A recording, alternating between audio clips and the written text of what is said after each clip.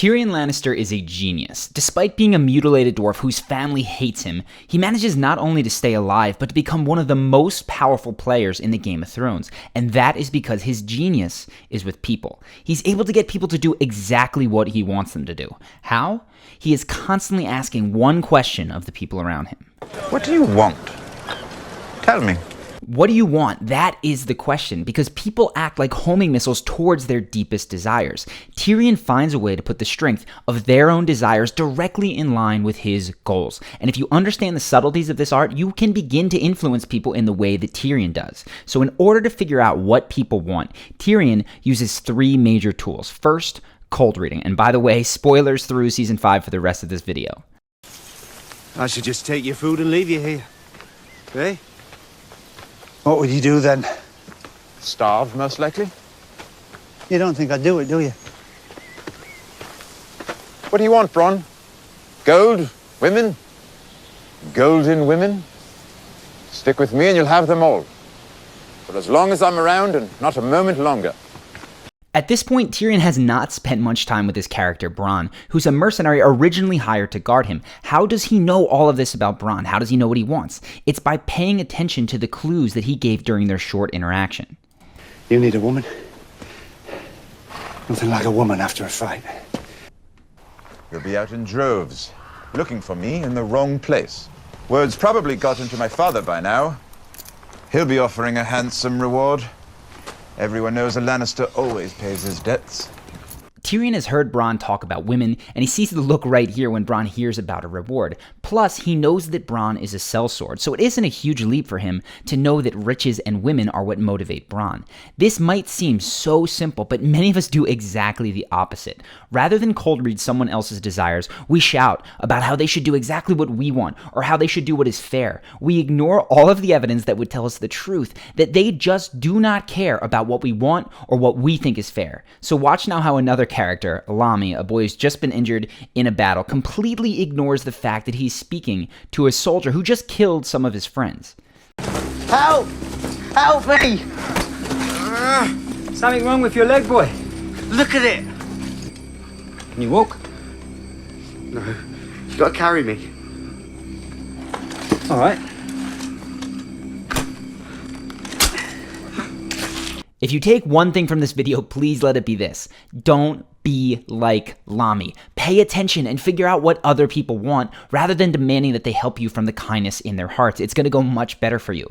But what if you have terrible cold reading skills? We're actually going to come back later in this video to a few more tips, but the good news is that there's also other ways of learning about what people want. And all that the second one requires is that you listen, because people tell you what they want all the time. Watch how even after being captured, Tyrion is still listening carefully for what his captors want, and then he's able to quickly find a way to get them what they want by keeping him alive. What about the dwarf? Worthless. Cut his throat. Wait! Let's discuss this! And then chop off his cock. We'll sell it for a fortune. The dwarf's cock has magic powers. Wait! You can't just hand a dried cock to a merchant and expect him to pay for it. He has to know it came from a dwarf. And how could he know? Unless he sees the dwarf. If Tyrion had pulled a Lommy in that situation, he would have screamed about how they couldn't or shouldn't right up until they cut his throat. But by listening, he was able to find a way to give them what they wanted by keeping him alive. And again, this seems simple, but how often do we act like this instead? She married a traitor and known degenerate like Renly Baratheon for a reason. She married Renly Baratheon because she was told to. That's what intelligent women do. What they're told. You need to ask yourself what I don't need to do anything. The young king here just finished telling his mother how he believes men should tell women what to do. And instead of appealing to his sense of superiority, his mother does exactly the wrong thing. She tells him what he needs to do. He basically spelled out that he would ignore her advice, spelled out that he wouldn't take commands from a woman, and she immediately commanded him to do something exactly wrong. So in your own life, be on the lookout for the things people say, because that will give you a clue to the keys to influence them. And of course, the last way, if your powers of observation fail you and you haven't been listening or you just don't have a chance, you can always ask about people's stories, which is exactly what Tyrion does and the immature Jon Snow does not. Everybody knew what this place was, and no one told me. No one but you.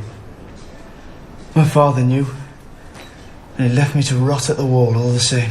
Grenn's father left him too, outside a farmhouse when he was 3. Pip was caught stealing a wheel of cheese. I've been asking the Lord Commander about them. Fascinating stories. Watch here as Jon Snow continues to only see from his own perspective. He is selfish, and he lacks one of Tyrion's most prominent character traits: empathy. Empathy is the ability to look at someone else and realize that they live a life as complex as your own, with experiences that might have led them to very different worldviews. It's the ability to step into someone else's shoes and understand what they might feel. And it is a vital skill because you cannot persuade someone that you don't understand. They hate me because I'm better than they are. It's a lucky thing none of them were trained by master-at-arms like your Sir Roderick. I don't imagine any of them have ever held a real sword before they came here. At this point, we've covered 3 ways to understand what other people want: cold reading, listening when they tell you, and straight up asking about their story. But Tyrion's genius is not just in knowing what other people want, it's in how he uses that information. First off, Tyrion speaks the language of the person that he's talking to. I talked in another video about how it's important to match your word choice to your audience's understanding. 2 different people might be motivated both by money, but one might need to hear about an asymmetrical investment opportunity, and another might need to hear about getting filthy rich. Speak the language of the person that you're talking to, and in this next scene, clearly the jailers got a more basic understanding of things. Listen to me. Sometimes possession is an abstract concept. When they captured me, they took my purse, but the gold is still mine. Where? I don't know where, but they free me! It's at this point that Tyrion realizes he's going to need to change the way he speaks in order to get through to the jailer. So watch how he uses common phrases and simple words in order to communicate his message. Have you ever heard the phrase, rich as a Lannister? Of course you have. I am a Lannister. Tyrion, son of Tywin. If you deliver a message from me to Lady Arryn, I will be in your debt. I will owe you gold. Clearly, the issue here is not that the jailer wasn't interested in Tyrion's offer. The issue was that he couldn't understand it. So once Tyrion dumbed down his language, he was able to communicate clearly and get his message delivered. So the second thing that you should note about Tyrion and the way that he uses information about what people want is that he cycles through different possibilities very quickly. He might appeal to gold, to giving you land, to your personal pride, and then to the friendship that you share, all in the same conversation. He doesn't get stuck on just one angle. He's looking for whatever angle is going to work in that moment. So here, watch all of the ways that he tries to convince his sellsword friend Bronn to fight on his behalf.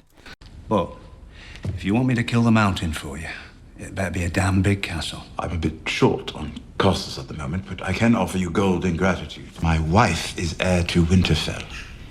If I emerge from this with my head still on my shoulders, I may one day rule the North in her name.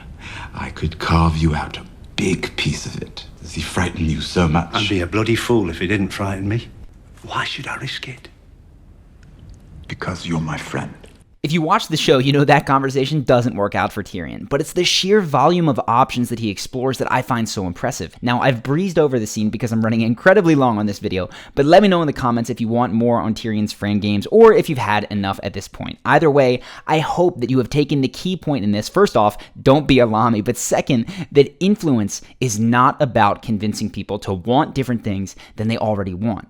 It's about showing them that the way to get what they already want, what they have always wanted, is by following you.